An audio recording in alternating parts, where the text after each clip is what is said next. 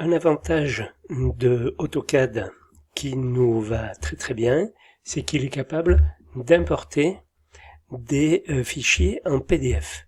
Donc pour cela, je vais ouvrir mon gabarit Bata 3, donc je vais le rechercher dans mes dessins 2021, AutoCAD 2021, AutoCAD, alors gabarit, voilà, et je vais ouvrir Bata 3. Voilà. Ignorer les fichiers de référence. Donc là,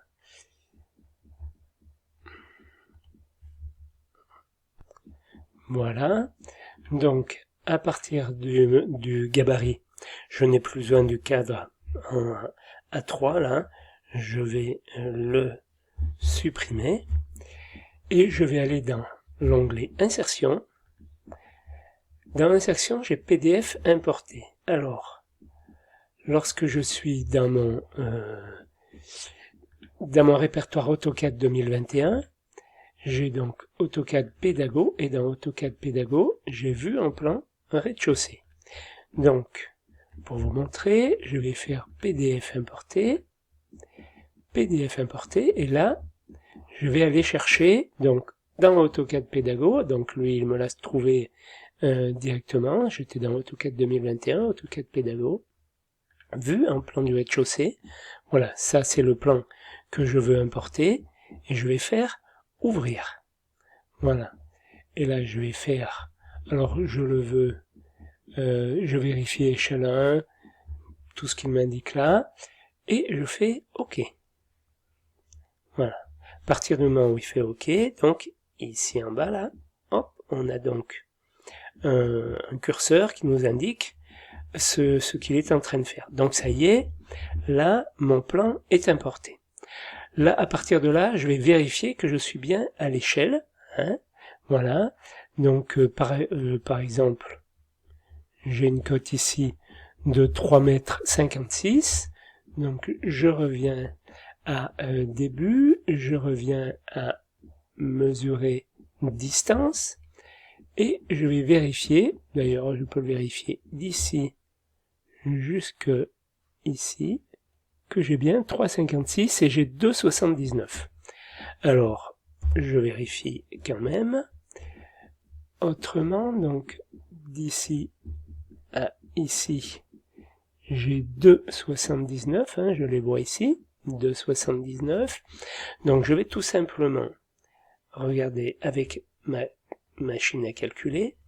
3,56 divisé par 2,79, 3,56 divisé par 2,79, ça me donne un coefficient 1,25, 598, je vais mettre 1,256, 1,276. Donc, je viens ici, je quitte mon outil de mesure, je viens tout sélectionner par rapport à ici, et là, je vais utiliser l'outil échelle. Donc, spécifier le point de base, je vais prendre celui-ci, par exemple. Poum. Et là, par exemple, maintenant, il me demande spécifier le facteur d'échelle. Je viens ici, et j'ai donc dit que ma machine à calculer m'indiquait 1,276. Je vais faire 1,276. Poum. Voilà. Là, je vais venir vérifier avec l'outil mesure. Je viens ici,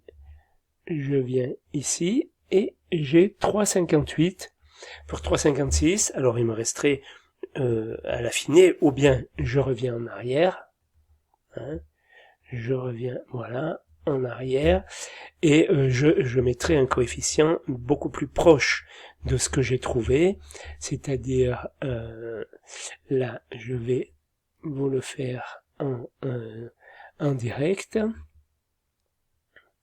Donc 356, et en réalité, en distance, j'ai dit que j'ai 3,57, je suis quand même pas mal. Hein, je suis quand même pas mal. Je pourrais être beaucoup plus fin si j'avais mis avec ma calculatrice beaucoup plus de décimales. En fait, j'aurais mis 7 ou 8 décimales, j'aurais eu 3,56 sans aucun problème ici. Voilà comment il faut faire, et ensuite je peux exploiter ce plan, par exemple, pour en faire le métré, hein, puisque s'il me manque des cotes sur le métré, j'aurai plus qu'à venir les chercher sur le plan. Voilà.